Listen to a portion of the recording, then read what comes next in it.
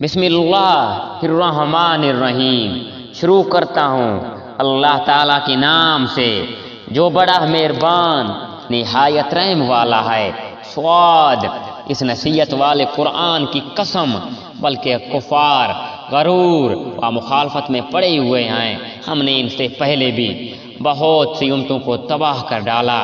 انہوں نے ہر چند چیخو پکار کی، لیکن وہ وقت چھٹکارے کا نہ تھا، اور کافروں کو اس بات پر تعجب ہوا کہ انہی میں سے ایک انہیں ڈرانے والا آ گیا، اور کہنے لگے یہ تو جادوگر اور جھوٹا ہے۔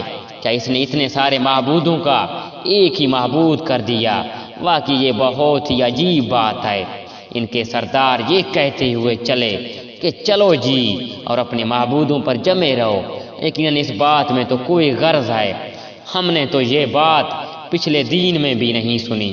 کچھ نہیں، یہ تو صرف جھوٹ ہے کہ ہم سب میں سے اسی پر کلام الہی نازل کیا گیا۔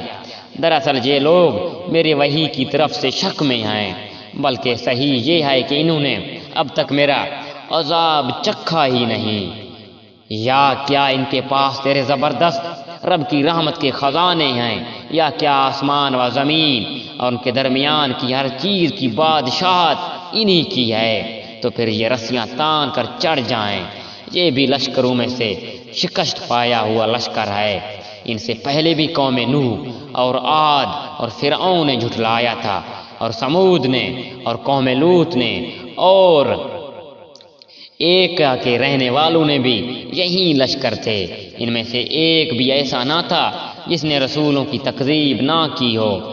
میری سزا ان پر ثابت ہوگی۔ انہیں صرف ایک چیز کا انتظار ہے جس میں کوئی توقع نہیں ہے، اور انہوں نے کہا ہے ہمارے رب ہمارے حصے تو ہمیں روز حساب سے پہلے ہی دے دے۔ آپ ان کی باتوں پر صبر کریں اور ہمارے بندے داؤد کو یاد کریں جو بڑی قوت والا تھا۔ یقیناً وہ بہت رجوع کرنے والا تھا۔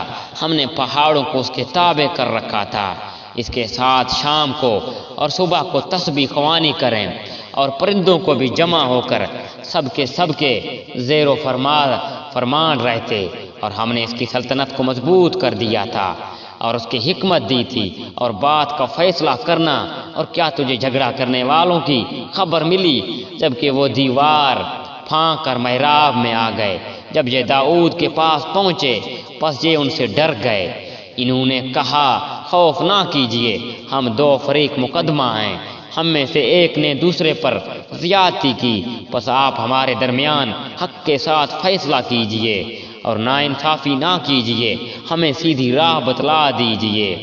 سنیے، یہ میرا بھائی ہے، اس کے پاس 99 دمبے ہیں اور میرے پاس ایک دمبی ہے، لیکن یہ مجھ سے کہہ رہا ہے کہ اپنی یہ ایک بھی مجھ ہی کو دے دو، اور مجھ پر بات میں بڑی سختی ہے۔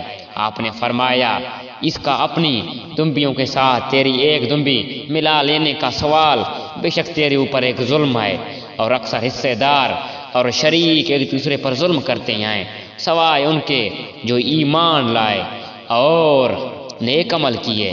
ایسے لوگ بہت ہی کم ہیں۔